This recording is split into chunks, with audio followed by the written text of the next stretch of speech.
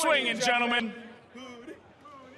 I'm going to miss those holos, but, you know, they can enjoy them here in North America next year. But Huni has definitely, I think, got a fantastic chance to do something we know he wanted to do if he picks up an AD carry against PraY this time. He does. I mean, Huni's one of those players where when you kind of speak to people that used to, you know, work for Fnatic and work with Fnatic, there was always this, Huni's playing this. And you're like, no, Huni's not playing things like Heimerdinger. Don't be silly. It's not happening. That you're not preparing seriously. No, Huni actually prepares these kind of things. So Huni just could pick anything here, and I actually kind of trust in his 1v1. But now he's going to North America, and I'm not so sure. I think I have to go with PraY here. You know, it's going to be a hard one to call because we really haven't seen PraY's true potential since he was kind of forced to play support in that last matchup. And now when it's 1v1, maybe he can let out that pent-up ADC rage that he's probably got building inside him as we get ready for this pick and ban phase. Quinn off the board, Caitlyn as well. Will the Lucian go? Not yet, but we have a Kindred to win. This is like the happiest 1v1. Both of them already smiling. Like, I wonder when we've still got Cassiopeia up. That is a legitimate pick, by the way, in 1v1. And I just wonder whether Huni is going to tilt the entire LCK region. I mean, by it's picking one thing Cassiopeia. to tilt TSM. I don't know if you can tilt LCK as either. That is true. Oh, we get to see that North American that's true. LCS next split. I'm looking forward to that. But it's all about this 1v1 now. Only AD carries in, well, jungler. Now the Lulu banned away too by PraY.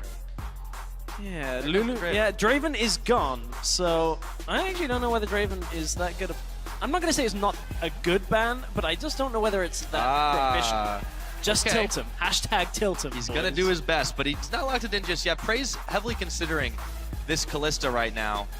And if he can get enough spears sticking in Huni, he may be able to take him down quick. So it's a really interesting thing. We actually, talking to Rusty and some of the Oceanic casters when we were preparing for the 1v1 tournament, we weren't actually expecting a whole lot of Kalista. It has been locked in. Just because Kalista depends so much on support synergy. The ultimate requires a support. The extra damage proc from W requires a support. But just the sheer mobility and ability to stack up Rend and then rip it back out for these early trades makes Kalista a very viable one-on-one champion, even though she only has 2 abilities. Yeah. I completely agree with you. Now, on the other hand, though, with the Ezreal locked in, I think this says one of 2 things. Well, 2 things, in fact. 1, I'm very, very confident. 2, I know I'm going to put myself at a disadvantage. I feel like this is not an optimal pick in this situation. No, and I don't like Ezreal in 1v1 because the minion wave manipulation is what 1v1 is all about. So Huni now really isn't going to be able to hit a whole lot of Mystic shots. I mean, that's just going to bounce off the minion wave and, you know, oh, you did a little bit of damage. But it's all about the trading. What if he goes AP and just shoots Essence Flux through the waves? No, I don't want to see that. Full harass. Come on. See that. Come on. Do it, Huni. If you were going to go something like that on AP, just pick Cassiopeia and farm he almost did. But yeah. Just farm That's not a Huni way to win, man. True, that isn't a Huni way to win. And as I said, he could just pick anything and be fine with it. But now he's going up against PraY's Kalista.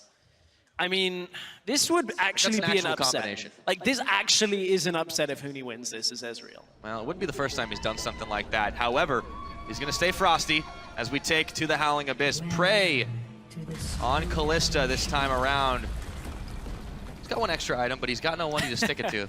Yeah, he's just going to put it there on display, just like as a medal. It's like, this is what I'm going to use to kill you with. But, you know, at this point, you can see exactly how confident PraY is in this matchup as well, because no Ignite. PraY knows that the Rend damage is just going to do too much to Huni, plus the barrier will keep PraY alive. So in any of these early trades, if it goes all in, PraY should theoretically win this. Just pop the barrier in exchange for the Ignite, and he should be fine.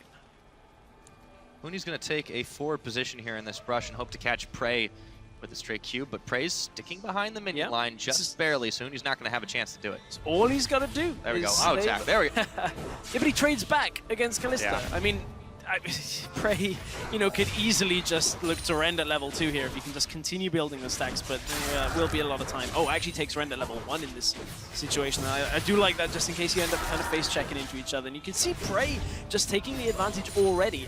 Ezreal is such a difficult pick to make work on this match, especially against a Kalista, because PraY is just going to dodge around every Mystic shot. To be fair, I didn't know PraY was going to pick Kalista, but at the same time, it's so hard to land the skill shots. It's so hard to be able to trade effectively. It's so hard to farm. Huni has just got so many things going against him this time around, and PraY just keeps behind the minions, has himself not too much of a CS advantage, but he does have a health bar one, and Huni will be able to land a missing shot. Yeah, he will, but it's, you know, trade it back. It's one of these situations I'm like, I really don't know. Oh, nice. That's early. Huni's going all in. There's the barrier. There's the exhaust. Huni's exhausted as well, and he's just going to keep going for it. The minions keep attacking. That's it. PraY takes it. GG at 2 minutes. I mean, there's the confidence in just running the barrier as well there. You know, all you have to do is outlast the Ignite. And